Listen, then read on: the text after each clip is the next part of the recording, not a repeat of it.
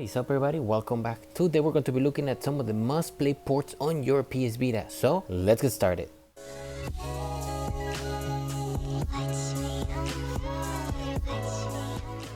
Now before we begin, don't forget to drop a like, subscribe to my channel, really helps me grow so I can keep on bringing content for your PS Vita like mods, ports and all that cool PS Vita stuff. The first game on our list is Simpsons Hit and Run. Who hasn't heard of this game? Based on the Simpsons show, the game is set in a fictional city of Springfield. The game revolves around a series of strange occurrences in Springfield like mysterious vans, crop circles, an odd version of Buzz Cola and other things. The Simpsons and Apple investigate those strange occurrences and uncover a large alien conspiracy. You get to play as different characters such as Homer, Bart, Lisa and Marge. The game is really well known for its resemblance to GTA but in a more friendly way. Each level is open world, you get to drive around, steal cars and whatnot, do a lot of different missions, and this was originally released on the PS2, so obviously having this on the PS Vita to take it on the go is amazing. The next game on the list is Galaxy on Fire 2. I feel like the PS Vita doesn't really have many space games, so the port of Galaxy on Fire 2 is awesome in the sense that you get to play in an open world galaxy with a lot of star systems to explore. I think it's also good to know that this game is not Galaxy on Fire 2 HD but the original Galaxy on Fire 2 game, but is using the HD assets of the other game. At the moment there are no plans for the DLC of the game, so you only play in the base game, and I don't even know if it's possible to get those DLCs working on here. In this game you play as Kit Maxwell, a space veteran who finds himself 35 years into the future after a hyperdrive malfunction. You basically fight space pirates, uncover alien threats, and ultimately you're trying to save the galaxy. Overall the game is pretty cool given that it's open world, explore new worlds, and the space battles really just give it justice to the space game that the PS Vita never got. The next game on the list is Alto's Adventure. Alto's Adventure is a really chill and cozy game that focuses on endless snowboarding. You basically guide Alto and his friends as they snowboard down in a procedurally generated landscape. You unlock more characters as you progress through the game. The game features a really chill and relaxing atmosphere, the soundtrack is awesome, and you get to perform tricks aiming to chain combos, rescue llamas, and overcome environmental challenges. This game is perfect after a long day where you just want to relax, have a nice cozy night in, and you just want to chill. The next game on the list is Modern Combat 3 Fallen Nation. The PS Vita doesn't really have many FPS shooters other than Call of Duty, Killzone Mercenary, and I guess you could say Resistance Burning Skies.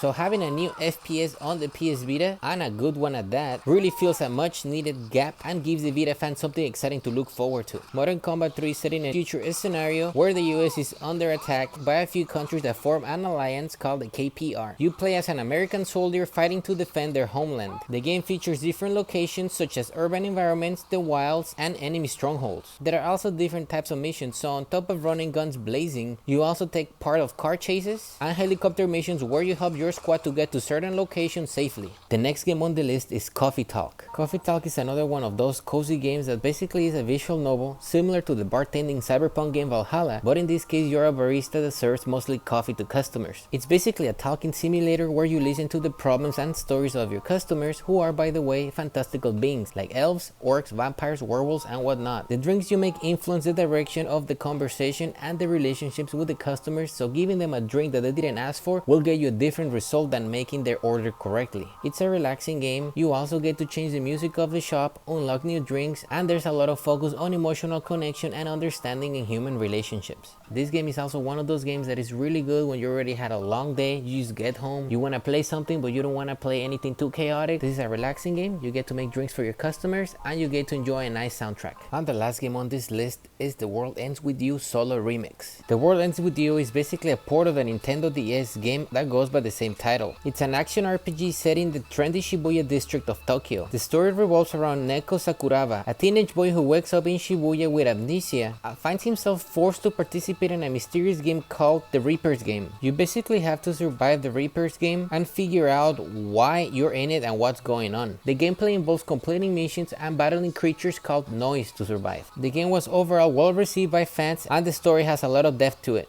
That is all for this video. Thank you guys for watching. Don't forget to drop a like, subscribe to my channel, and I will see you guys next time.